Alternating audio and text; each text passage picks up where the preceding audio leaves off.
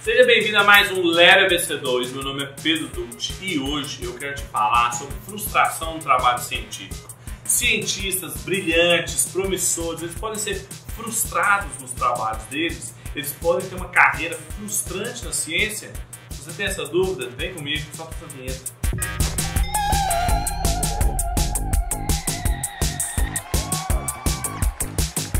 Existe um perigo muito grande nesse trabalho que nós temos feito nos últimos 20 episódios, que é desconsiderarmos como o trabalho de um cientista pode ser frustrante. Porque a primeira reação que eu e você temos quando nós descobrimos como que a fé cristã pode ser relevante para o trabalho na ciência, na cultura, na tecnologia, a primeira reação é a gente ficar muito animado, é a gente ser surpreendido pelo diálogo entre ciência e religião. E a gente começar a ver Deus em tudo, ter significado no nosso trabalho, passar a assistir uma aula na universidade, no colégio, trabalho no laboratório, tudo fica mais bonito. Só que a criação boa de Deus, que faz parte da visão de mundo, precisa ser alinhada com a severidade da queda, do pecado, que nós temos falado nos últimos programas. A visão de mundo cristã não apenas fala da bondade da criação, mas também da severidade dos pecados e das consequências que o pecado de Adão e Eva trouxeram para nós. E um deles é a frustração do trabalho científico. Existe uma crítica que é feita a uma tradição teológica e científica que eu gosto bastante, que é o neocalvinismo. São aqueles filósofos, engenheiros, teólogos lá da Holanda, mas que hoje influenciaram pessoas do mundo inteiro. Geralmente as pessoas fazem uma crítica que o neocalvinismo é muito ufânico, ou seja, muito empolgado, só consegue enxergar a graça comum de Deus em todas as coisas e fala pouco sobre pecado, sobre antítese, sobre a oposição que existe entre o mundo de Deus e o mundo dos homens rebeldes a Deus. E isso realmente é uma preocupação que deve ser levada em consideração, porque o pecado é uma realidade, infelizmente, e Cristo está trabalhando para recolocar de novo debaixo dos seus pés todas as coisas na sua redenção.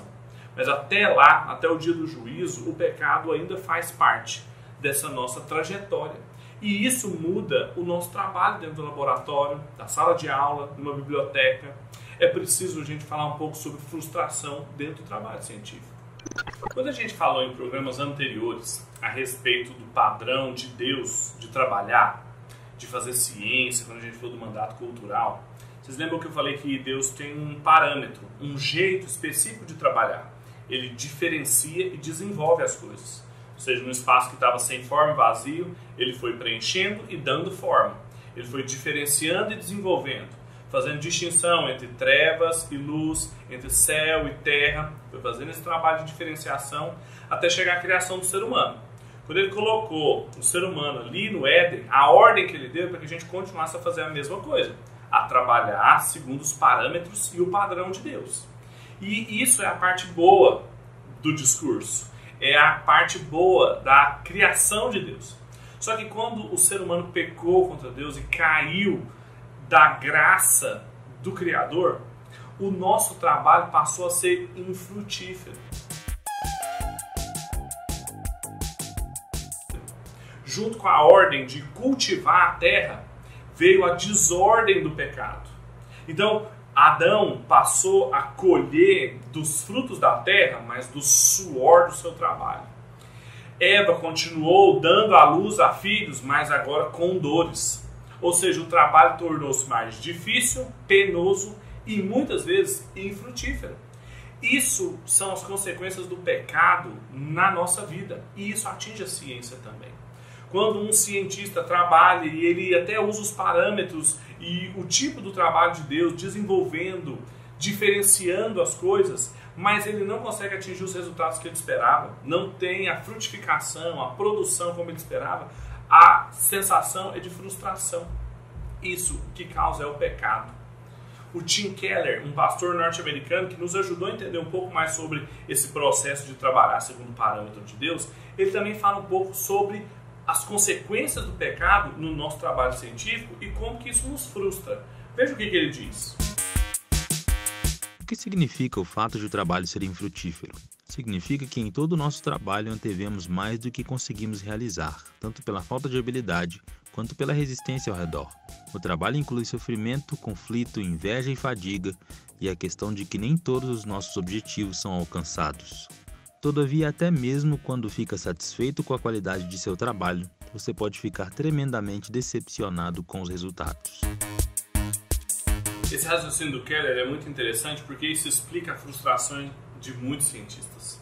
Quando a gente começa e até é bem sucedido no nosso trabalho intelectual, seja em ciências humanas ou naturais, a tendência que a gente tem é de acreditar que a gente vai transformar o mundo. Nem que seja o mundo da nossa área, a gente vai impactar, a gente vai transformar. Nossa geração gosta muito de usar essa palavra, transforme o mundo, mude o mundo, revolucione o seu mundo. Só que o pecado impede que a gente frutifique dessa forma e isso gera muita frustração. É por isso que tem muito cientista frustrado, muitas pessoas que desistem de uma carreira acadêmica ou mesmo qualquer profissão porque não conseguem lidar com suas frustrações. Ou seja, elas se perdem no trabalho de cultivar aquilo que Deus mandou elas fazerem por causa dos espinhos e dos abrolhos, como diz a Bíblia, que vão nascendo no meio do caminho. E isso é um grande problema e a visão de mundo cristã pode nos ajudar a lidar com as frustrações do nosso trabalho científico e tecnológico. Quando a gente entende que a boa criação de Deus nos permite, nos incentiva a trabalhar muito em desenvolver e diferenciar a realidade, por outro lado, a fé cristã também explica por que às vezes nós não somos bem-sucedidos. E nós, por causa dos nossos fracassos e das nossas frustrações, não devemos deixar de trabalhar. Ao contrário, o que a gente deve deixar é essa visão muito empolgada, muito fânica de que a gente vai transformar o mundo, que como se fosse possível a gente trazer a nova Jerusalém do céu para cá com os nossos laboratórios ou com os nossos aparatos tecnológicos. E a gente entender que, apesar dos espinhos, a gente pode ainda continuar cultivando um jardim. E que a dor e o incômodo que os espinhos vão causar na gente, as consequências do pecado, ainda assim vai ter muita beleza nos jardins que a gente vai cultivar. Isso precisa mudar a nossa forma de lidar com as frustrações do trabalho científico. A gente tem que ter uma posição mais realista e mais esperançosa no que Cristo vai fazer e como Ele vai transformar a nossa atividade profissional. Nesse aspecto, o Tim Keller novamente é muito instrutivo para nós. Olha o que ele diz. Talvez sonhe em transformar o mundo, fazer uma melhoria extraordinária na sociedade e poder causar impacto duradouro na cultura. Pouquíssimas pessoas alcançam esses objetivos na vida, e mesmo as que à distância parecem ter empregos fascinantes, têm a sensação de que suas verdadeiras aspirações são frustradas com a mesma frequência com que são alcançadas. E nós, que fazemos parte da maioria, por mais que não queiramos admitir, somos os que muitas vezes contribuem para frustrar as realizações dos outros. Tudo isso tem que ajudar a gente a sermos cientistas e profissionais melhores, a usarmos os talentos que Deus nos deu e a cultivarmos a realidade onde Ele nos colocou, não mais com aqueles pensamentos de que eu vou transformar o mundo e que ser cientista é ser brilhante, sempre em progresso, sempre descobrindo coisas novas e sem nenhuma frustração. Isso não existe, isso é uma visão romântica da ciência. A ciência é feita por quebra de paradigmas, como dizia o Thomas Kuhn, de revoluções científicas, de mudanças, de aprendizagens. E isso significa que ao invés de termos uma posição muito empolgada e de querermos ser sempre brilhantes e conquistadores de novas coisas, um cientista com visão de mundo cristão precisa se preocupar em ser fiel. Eu preciso fazer o meu trabalho com fidelidade a Deus. Eu preciso fazer o meu trabalho de uma forma que o glorifique, que coloque a minha esperança no lugar certo, porque isso vai me ajudar a lidar com os espinhos, com as consequências do pecado, com as minhas frustrações e, consequentemente, vai gerar muito mais glória a Deus com o meu trabalho científico.